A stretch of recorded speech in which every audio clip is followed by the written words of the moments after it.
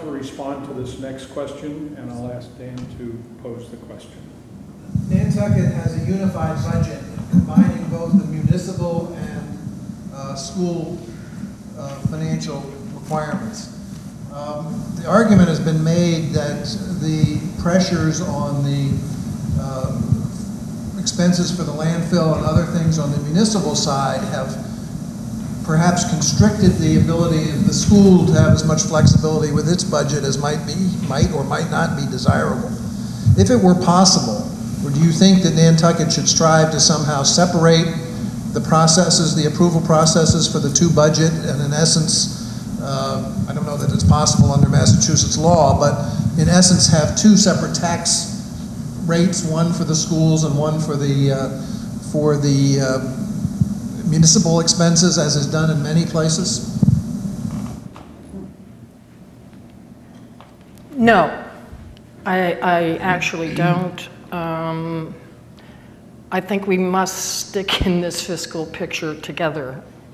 Our children graduated from Nantucket schools, and the school system here is under pressure as so many other, and so many departments here and other departments, and we just must share the burden. Okay, which way you? Okay. Okay, I think, you know, it's very interesting, Dan, that you asked this question, because it has occurred to me, as you know, when we were going through the budget process this year. We've had some stresses from certain areas, particularly the landfill. I do think we need to make sense out of our solid waste enterprise fund, and I'm committed to doing that, making it a priority in the upcoming years. But I also believe that it is a single budget. We are a single island. We're all citizens. I'm a parent with children in the school, but I'm also an individual that uses services elsewhere. In the conversations that we have with respect to spending and service provision, it's very important for us to weigh all of our goals and priorities and not single out any one entity. And I agree with that. I think that separating, first of all, let's be clear that the school controls their own budget. They make their own budget decisions. The town we make our own decisions. During my teaching career in New York State, we did have two different tax rates. There was the school tax and there was the other municipal tax. It always seemed as though both of those taxes were leapfrogging each other. I think that having a unified tax base, as we do here on Nantucket, forces us to take a look at the whole package. I mean, it is a single pot of dollars that we're distributing among the various services that we offer.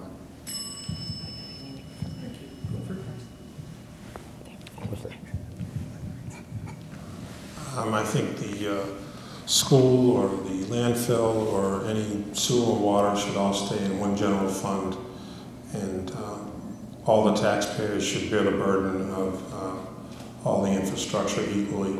I'm not sure if the question asked to separate it out. There's only so many tax dollars that all come from the same place eventually, so I'm not sure why you'd want to separate them out. State law mandates that these be two separate budgets. The town only has, does not have line item veto over the school budget. But I must say they did a wonderful job this year in meeting their goals. One way that we've done this, and I started this, was have an ad hoc budget committee whereby 2 members of the school, 2 members of the finance committee, 2 members of the board meet together and set up joint objectives. And I think that's working well, and I think there's a lot of cooperation between the entities.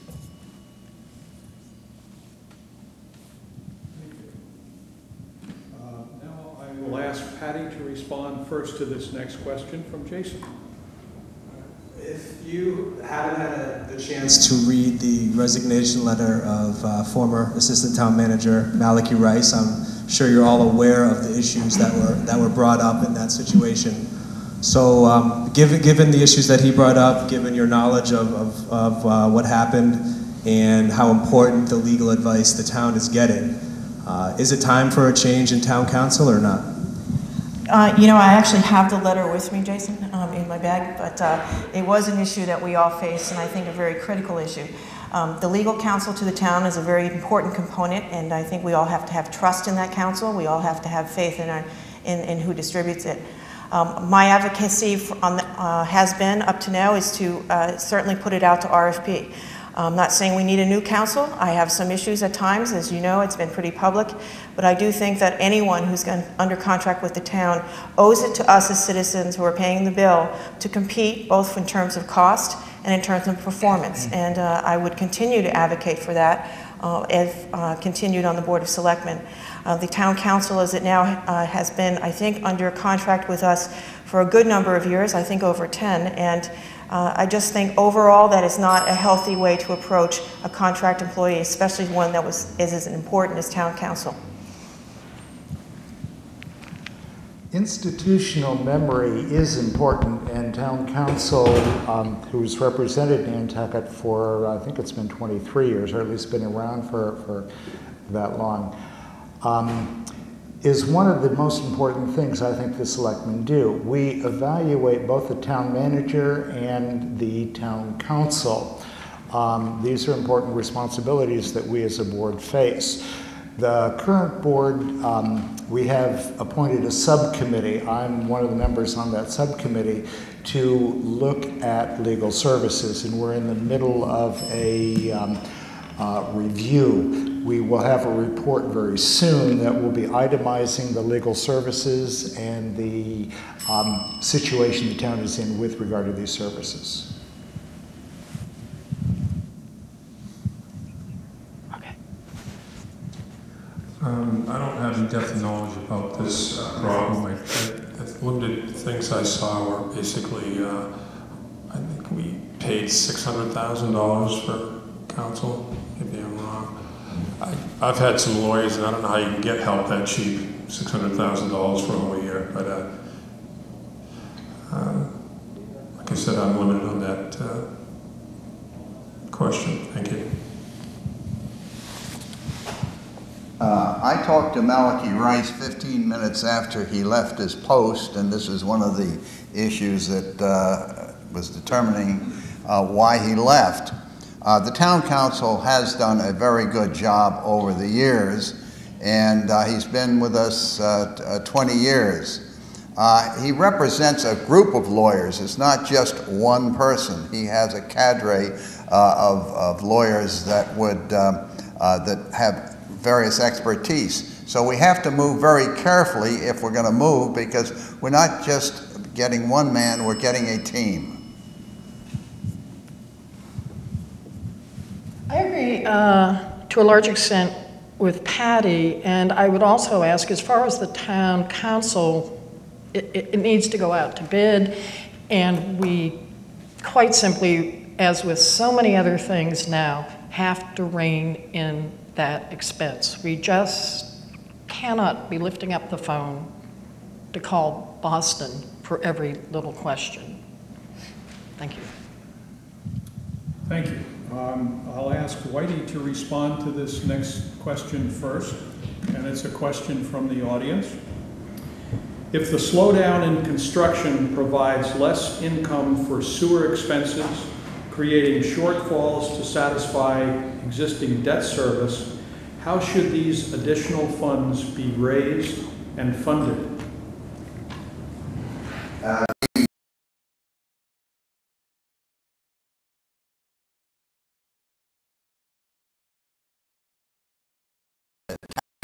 Raising the real estate tax is more progressive. It hits the 85% of people that are off island. So from an overall island economy, it might be good. But remember, the people that vote are the guys, the little guys, that really feel it. And so we have to be very careful between raising the taxes and satisfying some of these infrastructure requirements. So I think it's, we're going to have more pressure next year. It's going to be much more difficult in fiscal 12 than it was in fiscal 11.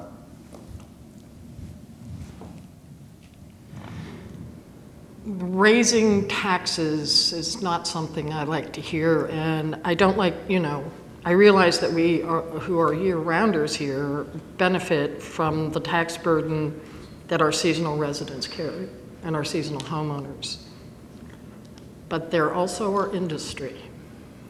And I think they are being as fiscally cautious as the rest of us at this time of year. So specifically, as for this issue, I think we have to look at tightening our belts a little bit more. Yeah, I've actually gotten very interested in this issue over the years on the board, and I believe that I need to make a clarification here. While construction impacts our hookups, our new hookups at some level, it presumes that if you think it's the only driving force, it presumes that everyone's in the sewer district.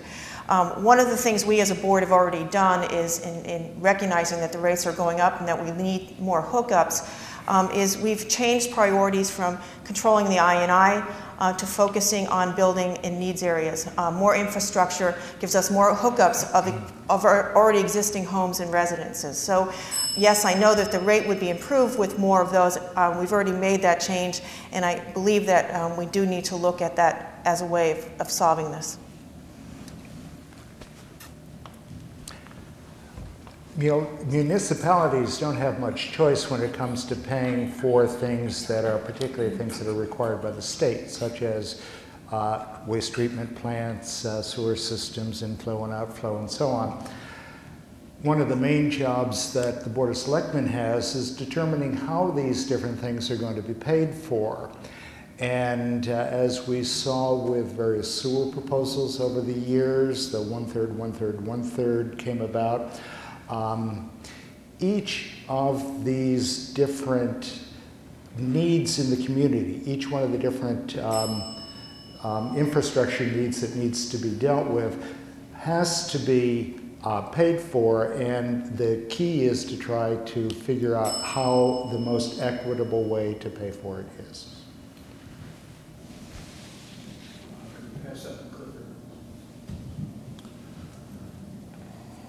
When it comes to the sewer, I've tried to look into that because I was just hit with one of those $5,300 sewer bills.